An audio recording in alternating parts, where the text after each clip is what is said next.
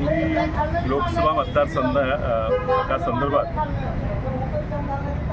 काही महाविकास आघाडीच्या संयुक्त पत्रकार परिषदेमध्ये ही जागा सांगलीची जागा काँग्रेसला मिळाल्या यादीत नसल्यामुळे स्वाभाविक आहे की कार्यकर्त्यांच्या प्रचंड प्रमाणात रोष निर्माण झालेला आहे। कार्यकर्ते नाराज आहेत हे आम्ही समजतो, पण ही नाराजी त्यांनी काँग्रेस पक्षावर न दाखवता आम्हीच कुठेतरी कमी पडलेलो आहे, त्यामुळे ही नाराजी आमच्यावर दाखवावी।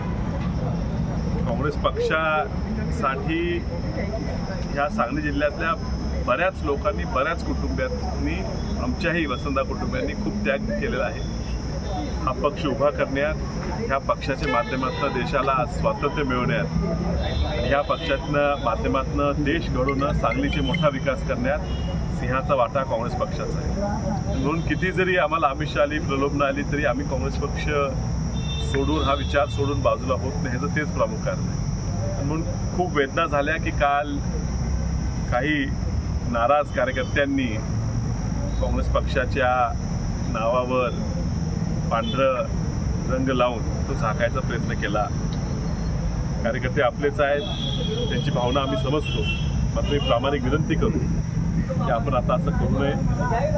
अजूनही पक्ष आपल्यासाठी प्रयत्न करतोय आणि काही जरी झालं, पक्षावरचं प्रेम आपल्या कुणाच्या मनात कमी होऊ नये असं वागणूक आपण सगळ्यांनी द्यावी।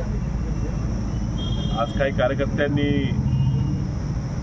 उभा राहावं ह्या मागणीसाठी रक्ताची पत्रसुद्धा दिली। भावना खूप तीव्र आहे हे आम्ही समजतो, मात्र कार्यकर्त्यांना विनंती आहे की आपण सर्वांनी थोडं संयम ठेवावा। मी पूर्वी सांगितलं की श्रद्धा आणि सबुरी, पक्षाबद्दल आपलं प्रेम कायम ठेवावा। किती जरी त्रास झाला, किती जरी आपल्याला अन्याय झाला असं वाटलं तरी काँग्रेस पक्षच पुढे देश वाचू शकेल ही विसरून कार्यकर्त्यांनी चालला। कार्यकर्त्यांना विनंती की असा कुठलाही प्रयोग आपण करू नये। निश्चितच पुढच्या रणनीतीबद्दल आपल्या सगळ्यांशी चर्चा करूनच काय आहे तो निर्णय घेतला जाईल, तोपर्यंत आपण संयम पाळावा। कार्यकर्ते आक्रमक आहेत, ही पहिली घटना नाही की तुमच्या बाबतीत होणं।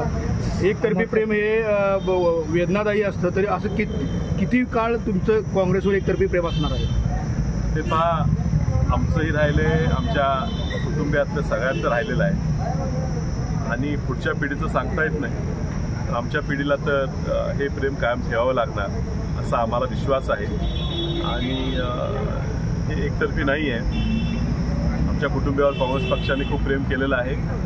कदाचित माझ्या एकट्यावर अन्याय जरी झाला असं वाटत असतं तरी आमचा अजून संयम सुटलेला नाही। आत्तापर्यंत आपण संयमाने वागलेलो आहे। हा संयम कार्यकर्त्यांनी सोडू नये, संयमानेच वागत राहावं एवढीच मी या ठिकाणी कार्यकर्त्यांना विनंती करतो। विशाल पाटील म्हटलं की एक आक्रमक नेता म्हणून तुमची छबी होती, मात्र इतका संयम असा कुठून तुम्हाला कसा आला? व्यक्तिमत्वात बदल झाला? आक्रमकता ही अशा गोष्टीत दाखवू नये असं माझं मत आहे। आक्रमकता ही भाजप विरोधी असली पाहिजे।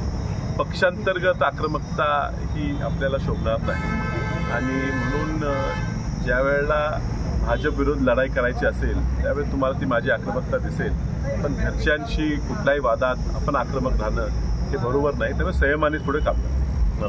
नमस्कार।